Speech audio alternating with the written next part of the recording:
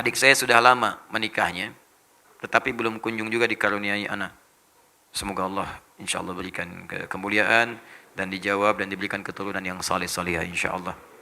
Ternyata ada masalah sampai pada berita terakhir yang disampaikannya yaitu tuba fallopiannya sudah diangkat. Nah, dia berencana program kehamilannya dengan bayi tabung.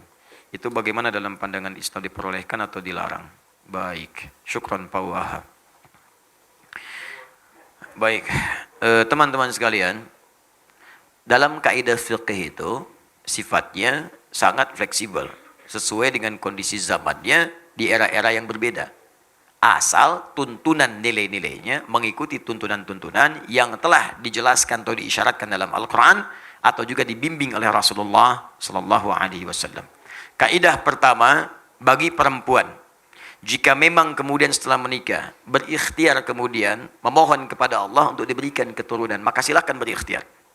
Ya, ikhtiar pertama dari mulai berhubungan suami istri, sunnah bahkan berpahala di situ. Ya, ada dalilnya tuntunan di Quran misalnya surah ke-7 ayat 189. Ya, ada lagi nanti di Al-Baqarah misalnya ayat 187 sampai ayat ke-223 juga ada di situ. Dari 222 bahkan dari nikahnya 221, 222 sampai 223-nya. Ada batasnya. Kapan itu berhenti, kapan itu dilakukan. Saat haid tahan, suci silahkan. Yang kedua, kalau setelah berhubungan itu belum ada tanda-tanda, maka cari amalan-amalan yang dengan amalan itu bisa melahirkan jawaban dari apa yang diharapkan. Rumus motivasinya ada di Quran surah 5 ayat 35. Ya ayyuhalladzina amanu taqullaha wabtaghu ilaihil wasilah. Hei orang-orang beriman, tingkatkan takwamu kepada Allah, cari wasilah dengan takwa itu untuk menjawab apa yang kamu inginkan. Misal Anda punya harapan nih, ya Allah saya pengen punya keturunan, 2 tahun belum ada, 3 tahun belum ada, 4 tahun belum ada. Apa cara terbaiknya? Kata medis gak bisa ini mustahil, kata klinis gak mungkin. Maka cara yang terbaik adalah kembali kepada Allah yang tidak punya batas. Semua akan dikasih. Bagaimana caranya? Allah berikan satu jalan, satu aja. Ittaqullah, tingkatkan takwa kepada Allah. Rumusnya takwa. Takwa itu disebutkan 115 kali dalam Al-Quran. Maka setiap menyebutkan kalimat takwa, di situ ada amalan. Keluarkan amalannya. Tempuh amalan itu dengan niat untuk mendapatkan jawaban dari ikhtiar yang sedang dikerjakan. Apa contoh dari takwa itu? Salat. Karena kalimat takwa pertama dalam Al-Quran, bagi orang beriman, disandingkan dengan salat. Dan mana dalilnya Ustaz? Quran surah kedua Al-Baqarah, ayat kedua sampai ketiga. Dzalikal kitabu la raiba fihi hudan lil muttaqin. Siapa orang takwa muttaqin itu? Ayat 3-nya. Alladzina yu'minuna bil ghaib wa yuqimunas shalah. Yaitu orang yang telah beriman kepada Allah walaupun tak nampak dalam pandangannya, maka dia memaksimalkan salat dengan membuktikan keimanannya kepada Allah. Buktikan iman dengan salat. Minta dalam salat, bangun, tunaikan salat. Dan lewati seperti orang biasa. Orang biasa cuma 5 waktu, Anda tambah dengan sunnah, bangun tahajud, bikin mihrab, salat di situ, minta, mohon kepada Allah dalam salat Anda. Ini pernah dicontohkan langsung, bahkan ada dalilnya. Kisah Nabi Zakaria. Di Quran surah ketiga Ali Imran. Ayat 38 sampai 39. Bangkit sholat di mihrab. Begitu sholat, berdiri, minta kepada Allah. Dalam berdirinya mohon. Ya, hunalika da'a Zakaria Rabbah. Di mihrab itu saat sedang sholat, Nabi Zakaria bermohon kepada Allah Rabbnya. Ya, ingat ya, sholat itu hal yang sangat penting untuk bermohon. Karena itu secara fikih, sholat disebut doa.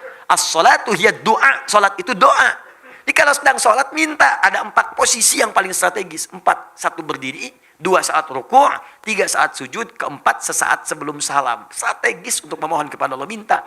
Makanya dulu semua nabi, orang soleh itu kalau punya hajat, sholat. Minta. Sholat. Dalam sholat kita tuh 5 kali, minta. Hajat kita apa? Minta. Ya, kalau ada yang mendesak, misalnya datang ke masjid, tahiyatul masjid, minta, sholat. Lihat waktunya, kalau duha, dalam sholat duha minta. Syuruk minta, syuruk. Malam tahajud minta. Semua nabi sholat.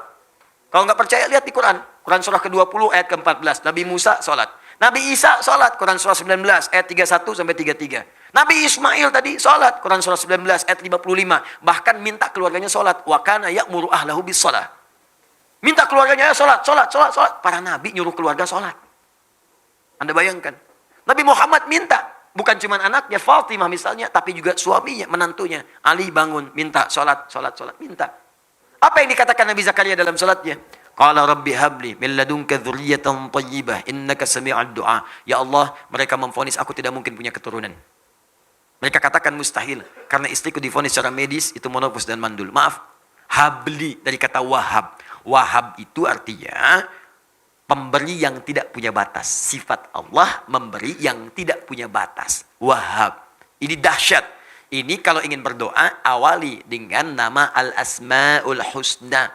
Ayatnya jelas, Quran surah 17 ayat 110. Qulid Allah awid Rahman ayyamma tad'u falahul asma'ul husna. Kalau punya hajat sebut nama Allah atau Ar-Rahman atau cari nama yang sesuai dengan hajatnya. Kalau butuh rezeki ya Razzaq. Besok mau ujian ya Alim, ya. Ini pengen punya sesuatu, kata manusia terbatas, cari yang tanpa batas. Wahhab. Wahhab permintaannya disebut hab. Kalau untuk banyak hablana, untuk sendiri habli. Qala rabbi habli min ladunka dzurriyyatan thayyibah. Ya Allah, saya mohon anugerahkan dari sisimu saja ya Allah. Engkau pemberi yang tidak punya batas. Mereka katakan saya terbatas. Aku mohon kepadamu yang tidak punya batasan ya Allah. Anugerahkan aku keturunan dari sisimu saja. Engkau pasti mendengar doaku. Kalau pada yang maha mendengar pun tidak dikabulkan, kepada siapa lagi aku mesti memohon. Itu dipanjatkan dalam keadaan berdiri, masih berdiri dalam solatnya. Tiba-tiba kemudian selesai berdoa. Solat belum selesai, masih selesai berdoa, masih berdiri dalam solat. Turun jawaban malaikat. Ayat 39-nya, surah 3 ayat 39. Fanadathul malaikatu wa huwa qa'imun yusalli fil mihrab. Turun malaikat menyeru sedangkan beliau masih berdiri di mihrabnya, sedang solat. Di solatnya belum selesai. Anda bayangkan dahsyatnya berdiri, dahsyatnya dalam solat. Berdoa dikabulkan, solat belum selesai. Ustaz, kalau sudah dikabulkan begitu, nggak usah diterusin aja apa salatnya Ustaz ya? Enggak juga. Sampai beres sebagai syukur kepada Allah. Ya. Turun, Anallah yubasyiruka bi Yahya. Allah kasih kabar gembira, Anda akan punya anak, langsung namanya dari Allah Yahya, artinya hidup. Yang mustahil lahir dari rahim seorang perempuan yang monopus dan mandul. Kata medis, kata Allah nggak ada yang mustahil, lahir dan hidup dia. Silakan tiru itu. Karena janji Allah mutlak. Saya sering sampaikan berkali-kali, Allah itu kalau sudah berjanji, itu pasti ditepati. Allah yang berjanji, Allah yang menepati. Kalau manusia kan beda. Kau yang berjanji, kau yang mengingkari. Ya. Kau yang awali, kau yang akhiri. Allah beda. Dia yang awal, dia yang akhir. Dia berjanji, dia menepati. Innallaha la yukhliful mi'ad. Allah tidak mungkin kemudian mengingkari janjinya. Pasti ditepati. Ya, jelas sampai di sini? Kapan itu terjadi? Cari situasinya sampai dengan Anda membaca kalimat iyyaka na'budu wa iyyaka nasta'in. Itu perintah di Quran surah kedua ayat 45. Wasta'inu bisabri wassalah. Kalau punya masalah, sabar dulu lalu minta dalam salat. Wasta'inu, minta. Kita akan minta nasta'in. Kita mohon iyyaka na'budu wa iyyaka nasta'in. Maka dijawab di hadis qudsi. Qala Allah azza wa jalla, hadza baini wa baina 'abdi wa li 'abdi ma sa'al. Ini perjanjian antara aku dengan hambaku. Kalau hambaku benar salatnya sampai bacaan ini, apapun yang dia minta sekarang aku akan kabulkan. Saya pernah ajarkan ini pada beberapa kalangan. Ya, ini dari Qurannya bukan dari saya. Kalau Anda yakin Allah pasti berikan. Masya Allah, ada yang 7 tahun, 8 tahun, sekian tahun dia praktekkan. Tidak menunggu lama, tiba-tiba kirim foto mihrabnya. Ya. Ubira, sampai teriak, sampai nangis. Sudah bertahun-tahun, tiba-tiba terjadilah itu. Allahu Akbar, indah. Dan ternyata sesuatu yang diraih dengan cara yang lama itu, keindahannya lebih lama. Dan kebahagiaannya lebih terasa. Sama anak kayak muter-muter, nyari cendol kan, udah muter lama 2 jam ketemu, makannya lebih enak kan, lebih nikmat minumnya. Bahkan teh pun tanpa gula serasa manis. Demi Allah sih, aus lari-lari minum teh, rasanya enak banget. Lagi berdua sama istri, ya sayang kurang manis, lihat aku aja. Masya Allah diminum, kok pahit ya?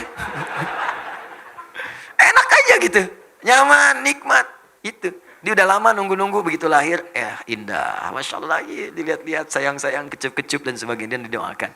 Nah, kasus yang terakhir, ini agak berbeda. Dalam kondisi, tidak seperti itu. Kondisinya di luar normal, turba falopinya diangkat. Setiap yang di luar normal, maka kaidahnya mustasnayat, dikecualikan dari yang biasa. Dikecualikan dari yang biasa. Kalau kondisi darurat, maka kaidah fikihnya, ad-daruratu tubihul mahdzurat. Sesuatu yang darurat bahkan diperkenankan melakukan sesuatu yang tadinya dilarang. Apa diantaranya? Hamil di luar rahim itu pasti mustahil. Karena sepanjang ada rahim. Sekarang rahimnya tidak ada. Maka dalam kondisi darurat boleh kemudian asal hak syariatnya tidak dilanggar. Silakan bayi tabung misalnya. Ya. Dengan catatan sperma dengan ovumnya dikumpulkan dari hasil yang halal. Suami istri sudah berumah tangga. Ya. Tuba falopi diangkat. Nggak mungkin secara medis kandung misalnya. Dia nggak bisa nih. Rahimnya udah bermasalah. Maka silakan sperma suaminya dengan ovum istrinya dikumpulkan jadi satu, diproses di situ. Silakan dikembangkan. Tumbuh, lahir misalnya. Alhamdulillah. Ada yang jalan rahimnya masih ada, tapi untuk keluar nggak mungkin, ada yang terhalang. Ya, nggak mungkin. Terjadi kasus kemarin. Salah satu jamaah kita seperti itu, nggak mungkin, tertutup luar biasa. Untuk hamil, ya, dia bisa kemudian mengandung untuk melahirkan, tapi untuk jalan masuk spermanya nggak ada, terhambat dia, susah. Maka disimpan kemudian, disatukan, diproses di luar, disuntikkan kemudian ke dalamnya. Ngandungnya di situ juga, lahir, sah, boleh. Dengan catatan sperma dan ovum itu disatukan dalam proses yang sah, ada akad di situ. Yang tidak boleh, belum nikah, bayi tabung yuk, misalnya, itu nggak boleh. Nggak boleh, disatukan, suntikan ke rahim misalnya, nggak bisa, nggak mungkin. Jelas ya? Paham ya? Boleh, silakan. Program kembar, boleh misalnya. Ya, kembar yang terbaik itu bermohon kepada Allah Subhanahu Wa Taala. Minta, ya Allah, saya ingin misalnya anugerahkan kepada saya, ya Allah, anak yang kembar, supaya keduanya bisa berjihad di jalan-Mu. Keduanya bisa melengkapi, ya Allah, menjadi penghafal Quran. Keduanya bisa memberikan mahkota, ya Allah. Niatkan seperti itu. Ya, kalau diniatkan ibadah, biasanya akan cepat dikabulkan oleh Allah. Tapi kalau urusan dunia, itu biasanya agak lambat. Ya Allah, berikan saya anugerah yang kembar, ya Allah, supaya lucu. Saya ingin berikan yang pertama namanya si luca, kedua si lucu, saya kan. Nah, itu biasanya agak susah.